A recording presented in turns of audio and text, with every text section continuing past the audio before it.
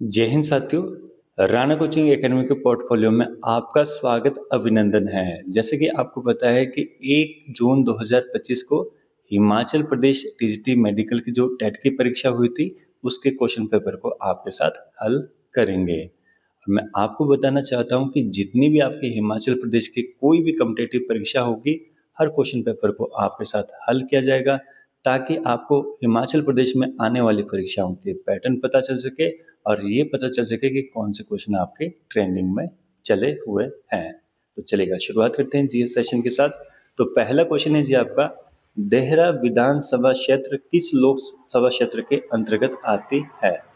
तो यहाँ पे जी बात हुई है विधानसभा की। तो विधानसभा की अगर मैं बात करूँ तो हिमाचल प्रदेश में है जी टोटल सीट आपकी 68, जिसमें से कि रिजर्वेशन के लिए रखी गई है 20। उसमें से एससी के लिए 17 और आपका एसटी के लिए 3। यहाँ से बहुत बड़ी परीक्षा में क्वेश्चन पूछे जाते हैं। चलेगा। अगर आपसे बोलेंगे कि भाई हिमाचल प्रदेश के किस जिले में सबसे अधिक विधानसभा की सीट है, तो आएगा डिस्ट्रिक्ट कांगड़ा। डिस्ट्रिक्ट कांगड़ा के अंतर्गत आते हैं जी 15 और सबसे कम आती है आपकी लाहौल स्पीति और किन्नौर में। एक एक सीट है आपकी विधानसभा की। चलेगा। नेक्स्ट है यहाँ पे एक शब्द आया है लोकसभा। तो लोकसभा की जी हिमाचल प्रदेश में सीट है 4, जिसमें कि कांगड़ा, हमीरपुर, शिमला और मंडी। तो ऑप्शन डी तो पहले ही रिजेक्ट हो जाना था आपका, अगर आपको डिटेल्स में पता होता। तो अगर मैं बात करूँ कि कांगड़ा से जो आपके लोकसभा के सदस्य हैं उनका नाम क्या है, तो उनका नाम है राजीव भारद्वाज। हमीरपुर की बात करूँ तो जी अनुराग ठाकुर, शिमला की बात करूँ तो सुरेश कश्यप और मंडी से आपकी कंगना रनौत। लेकिन जो यहाँ पे क्वेश्चन पूछा गया है उसका जो राइट आंसर रहेगा आपका कि देहरा विधानसभा क्षेत्र इस लोकसभा क्षेत्र के अंतर्गत आती है, तो ये आती है जी कांगड़ा के अंतर्गत। अगर मैं यहाँ पे बात करूँ कि हिमाचल प्रदेश में लोकसभा की सीट है 4 और विधानसभा की है 68, तो प्रत्येक लोकसभा के लिए 17-17 सीटें रखी गई है। और लोकसभा का सदस्य बनने के लिए जो मिनिमम एज चाहिए वो चाहिए 25 और विधानसभा का सदस्य बनने के लिए भी एज चाहिए आपकी 25। चलेगा। नेक्स्ट क्वेश्चन की बात करते हैं। बिलासपुर जिले का प्रसिद्ध मंदिर कौन सा है? तो जी बिलासपुर में जो सबसे प्रसिद्ध मंदिर है उसका नाम है नैना देवी, क्योंकि चिंतपूर्णी आपका ऊना में पड़ता है, ज्वालामुखी आपका कांगड़ा में पड़ता है और लक्ष्मी नारायण आपका डिस्ट्रिक्ट चंबा में पड़ता है। यहाँ पे अगर मैं बात करूँ कि नैना देवी, जहाँ जहाँ पे भी माता सती के शरीर के अंग गिरे हैं वहाँ वहाँ पे शक्ति पीठ बने हैं। तो भारत में की अगर मैं बात करूँ कि भारत में कुल कितने शक्ति पीठ है, तो आपके 51 और 51 में से जी आपके 5 हिमाचल प्रदेश में है, जिसमें से कि 3 डिस्ट्रिक्ट कांगड़ा में है। तो डिस्ट्रिक्ट कांगड़ा में आपका ज्वाला जी में माता सती की जीभ गिरी थी। सेकंड आपका ब्रजेश्वरी मंदिर में माता के पक्ष गिरे थे। और नेक्स्ट है आपका चामुंडा देवी, चामुंडा देवी में माता का चामुंडा गिरा था। उसके बाद जब बात आती है चिंतपूर्णी की, वहाँ पे माता के पैर गिरे थे। और अगर बात आती है नैना देवी की, तो वहाँ पे माता के नयन गिरे थे। तो ये है जी हमारी देवभूमि हिमाचल। नेक्स्ट हम बात करते हैं लवी मेला, कि लवी मेला कहाँ मनाया जाता है? तो इसका राइट आंसर रहेगा आपका रामपुर बुशहर। और ये जी सबसे पुराना व्यापारिक मेला भी है, जो कि कहाँ पे मनाया जाता है? रामपुर बुशहर, यानी कि डिस्ट्रिक्ट शिमला। उसके बाद जी नेक्स्ट बात करते हैं क्वेश्चन नंबर 34। किस शहर को मशरूम शहर घोषित किया गया है? तो राइट आंसर आएगा डिस्ट्रिक्ट सोलन। अगला क्वेश्चन है जी आपका, गुम्मा और द्रंग किसके लिए प्रसिद्ध है? तो ये है जी आपका सेंधा नमक के लिए, और ये पड़ता है डिस्ट्रिक्ट मंडी में। नेक्स्ट आपका Himachal Pradesh child helpline number क्या है? तो अगर जी मैं बात करूँ चाइल्ड हेल्पलाइन नंबर, तो आपका 1098 है। यहाँ पे अगर मैं बात करूँ 101 की बात करूँ, तो 101 है जी आपका फायर का, यानी कि फायर ब्रिगेड वालों का। नेक्स्ट अगर बात करूँ 108 की बात करूँ, तो ये रहता है आपका मेडिकल सर्विसेज से। अगर मैं बात करूँ आपकी 101 की, तो ये तो हो गया है। और 1100 आपने कमेंट बॉक्स में करना है कि 1100 आपका किस चीज़ के लिए हेल्पलाइन नंबर रहता है। तो यहाँ पे ध्यान से सुनना आपने, बहुत ही मोस्ट इंपॉर्टेंट रहेगा आपके एग्जाम के पॉइंट ऑफ व्यू से। अगर आपसे पूछे कि गुड़िया हेल्पलाइन नंबर कौन सा है, तो उसका राइट आंसर रहेगा जी 1515। नेक्स्ट हम बात करते हैं कि होशियार सिंह हेल्पलाइन नंबर तो रहेगा आपका 1090 यानी कि 1090। नेक्स्ट आपका बात करता हूँ वुमन हेल्पलाइन, तो उसका जो राइट आंसर रहेगा 1091। उसके बाद जी नेक्स्ट आपका चाइल्ड हेल्पलाइन नंबर जो रहेगा आपका 1098, और ये इस परीक्षा में पूछा भी गया था। नेक्स्ट हम बात करते हैं मेडिकल हेल्पलाइन की, तो उसका 102 और 108। उसके बाद जी बात करते हैं डिजास्टर की, क्योंकि आजकल आपको पता है कि हिमाचल प्रदेश में का जो मौसम है बहुत ही खराब है, तो ये आपको पता होना चाहिए। तो जो डिजास्टर हेल्पलाइन नंबर है वो है जी आपका 1077 यानी कि 1077। फायर करेगा जी 101, और पुलिस करेगा आपका 100 और 112। चलेगा, नेक्स्ट हम बात करते हैं आगे।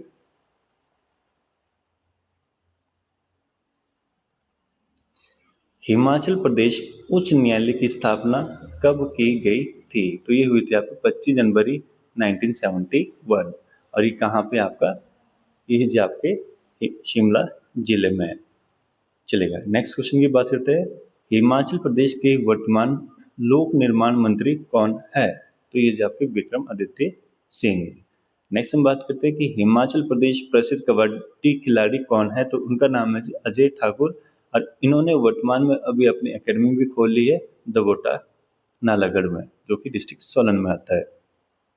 नेक्स्ट हम बात करते हैं हिमाचल प्रदेश के किस जलाशय में अधिक मछली उत्पादन होता है? तो यहाँ पे जी राइट आंसर रहेगा आपका पोंग बांध झील, इसका राइट आंसर रहेगा। चलेगा, नेक्स्ट हम बात करते हैं।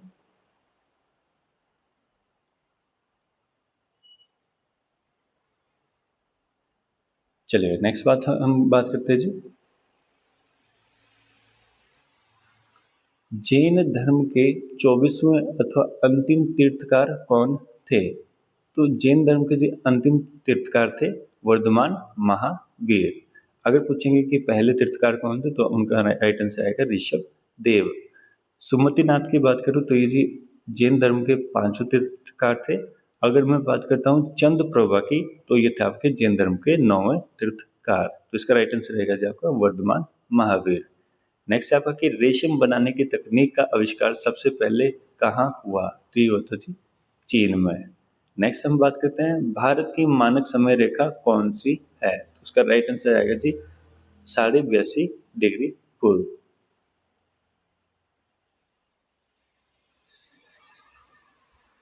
नेक्स्ट बात करते हैं जी बौद्ध धर्म की प्रथम सभा का आयोजन कहाँ किया गया? तो ये किया गया था जी पाटलिपुत्र में। नेक्स्ट आपका बात करते हैं ब्रिटिश भारत का इतिहास नामक पुस्तक किसने लिखी है? तो इसका राइट आंसर रहेगा जहाँ पर जेम्स मिल ने। अगला क्वेश्चन है आपका भारत के प्रथम रक्षा मंत्री कौन थे? तो उसका राइट आंसर है जी बलदेव सिंह, और इसका मैं आपका थंबनेल में भी फोटो दे चुका हूँ कि बलदेव सिंह जी आपको देखने में कैसे थे। चलिए नेक्स्ट आपका सुल्तान इल्तुतमिश की बेटी रजिया सिंहासन पर कब बैठी? तो ये बैठी थी जी 1236 पे। चलेगा, नेक्स्ट आपका कि मुगल शासक औरंगजेब की मृत्यु कब हुई? तो ये हुई थी जी आपकी 1707 में। अगला क्वेश्चन है जी आपका कि गुरु नानक देव जी का जन्म कहाँ हुआ था? तो ये जी आपके सिख धर्म के पहले गुरु थे। इनका जन्म होता है ननकाना साहब, जो कि पड़ता है पाकिस्तान में। चलेगा, और पूछेंगे कि भाई सिख धर्म के 10वें गुरु कौन है? तो उनका नाम है जी आपका गुरु गोविंद सिंह।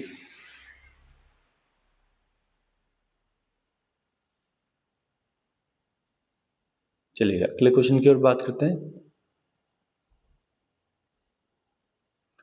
हड़प्पा कौन सी नदी के किनारे बसा है? तो इसका राइट आंसर आएगा जी रावी। नेक्स्ट हम बात करते हैं कि महमूद गजनवी ने भारत पर 1000 ईस्वी से 1027 ईस्वी के बीच कितने आक्रमण किए? तो इसका राइट आंसर रहेगा जी आपका 2017। चलेगा, नेक्स्ट आपका बात करते हैं कांग्रेस के प्रथम ब्रिटिश अध्यक्ष कौन थे? तो इसका राइट आंसर रहेगा जी आपका जॉर्ज यूल। अगर पूछेंगे कि भारत के तो कांग्रेस के प्रथम ब्रिटिश अंग्रेज अध्यक्ष कौन थे? तो इसका राइट आंसर रहेगा आपका जॉर्ज यूल।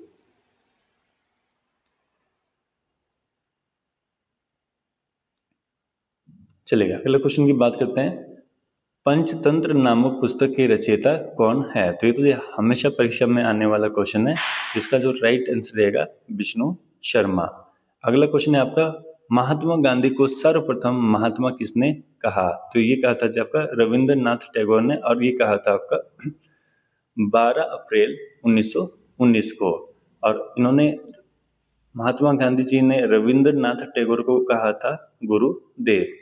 यहाँ पे बात आती है महात्मा गांधी की। तो आपसे पूछेंगे कि महात्मा गांधी का जन्म कब हुआ? तो जन्म हुआ था जिनका 2 अक्टूबर 1869। अगर पूछेंगे कि डेथ कहाँ हुई थी, डेथ कब हुई थी, तो डेथ हुई थी आपकी 30 जनवरी 1948 को।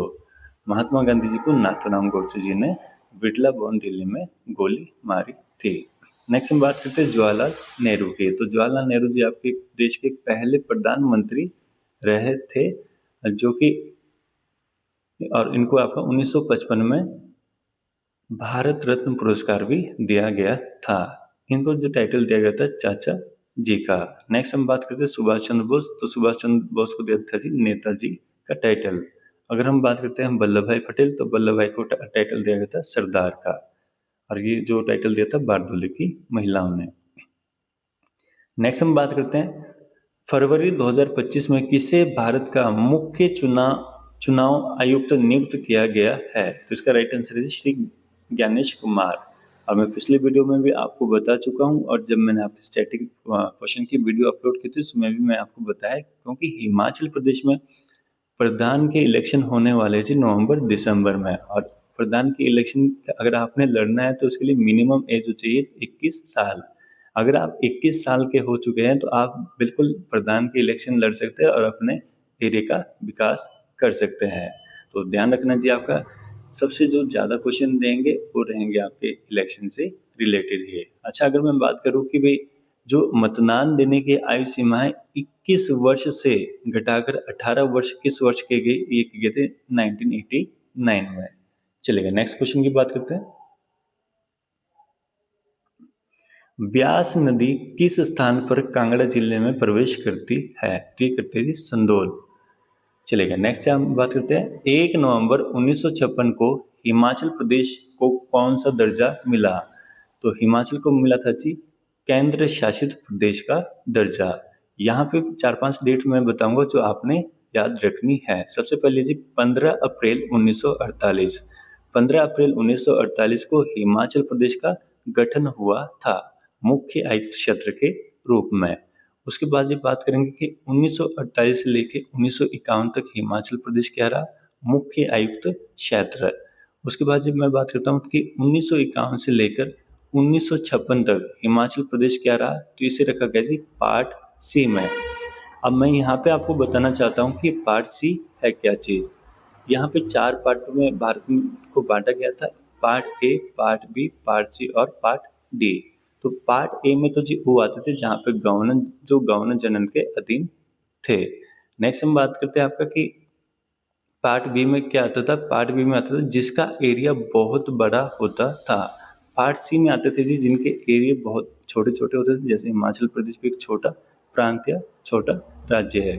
वैसे अगर बात करो पार्ट डी की, पार्ट डी में आते थे जो अंग्रेजों के अधीन थे। तो चलेगा, तो यहाँ पे बात करते हैं कि भाई 1 नवंबर 1956 को क्या बना? केंद्र शासित प्रदेश यानी कि यूनियन टेरिटरी बनाया गया। यहाँ पे अगर मैं बात करूँ कि यूनियन टेरिटरी और स्टेट में क्या फ़र्क होता है, तो यूनियन टेरिटरी जो होता है जी वो आपका उस पे सेंटर के राइट होता है और वहाँ पे उप राज्यपाल रहता है। जबकि आपका अगर मैं स्टेट की बात करूँ तो वहाँ पे कौन होते हैं? राज्यपाल। चलेगा, अगले क्वेश्चन की बात करते हैं। हिमाचल प्रदेश के प्रथम राज्यपाल कौन थे? तो उनका नाम था जी एस चक्रवर्ती।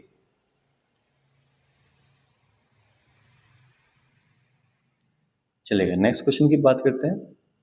बोलते कि साच दर्रा किस जिले में है? तो साच दर्रा जी डिस्ट्रिक्ट चंबा में। चलेगा, लास्ट क्वेश्चन की बात करते हैं। 2011 की जनगणना के अनुसार निम्न में सबसे कम जनसंख्या घनत्व वाला जिला कौन सा है? तो इसका जी राइट आंसर रहना था आपका लाहौल स्पीति। लेकिन जब लाहौल स्पीति ऑप्शन में नहीं है तो उसका राइट आंसर आएगा किन्नौर। अगर मैं आपसे बात करूं कि जो ये जनसंख्या घनत्व होता है, ये होता है आपका कि भी 1 किलोमीटर के दायरे में कितने लोग रहते हैं। तो इसकी अगर मैं बात करूँ कि सबसे ज़्यादा जनसंख्या घनत्व वाला जिला कौन-सा है, तो उसका राइट आंसर रहेगा जी आपका हमीरपुर, जहाँ का कि जनसंख्या घनत्व है आपका 407। अगर आपसे पूछेंगे कि हिमाचल प्रदेश का सबसे कम जनसंख्या घनत्व वाला जिला कौन-सा है, तो वो आएगा आपका लाहौल स्पीति। वहाँ पे 1 किलोमीटर के दायरे में 2 लोग रहते हैं, क्योंकि वहाँ का जी जो एरिया है, वो हिमाचल प्रदेश के 25% को कवर करता है और पॉपुलेशन बहुत कम है। और सेकंड नंबर पे बात आएगी आपकी किन्नौर की, जहाँ का कि आपका जनसंख्या घनत्व है 13, यानी कि 1 किलोमीटर के दायरे में रहते हैं आपके 13 लोग। तो ये था जी आपका हिमाचल प्रदेश मेडिकल टेट की परीक्षा, जो कि अच्छे से सॉल्व किया। अगर किसी भी रूप से त्रुटि रही हो तो कमेंट बॉक्स पे ज़रूर मैसेज करें। वैसे तो हमने ये 100% एक्यूरेसी के साथ ही रखा है। धन्यवाद।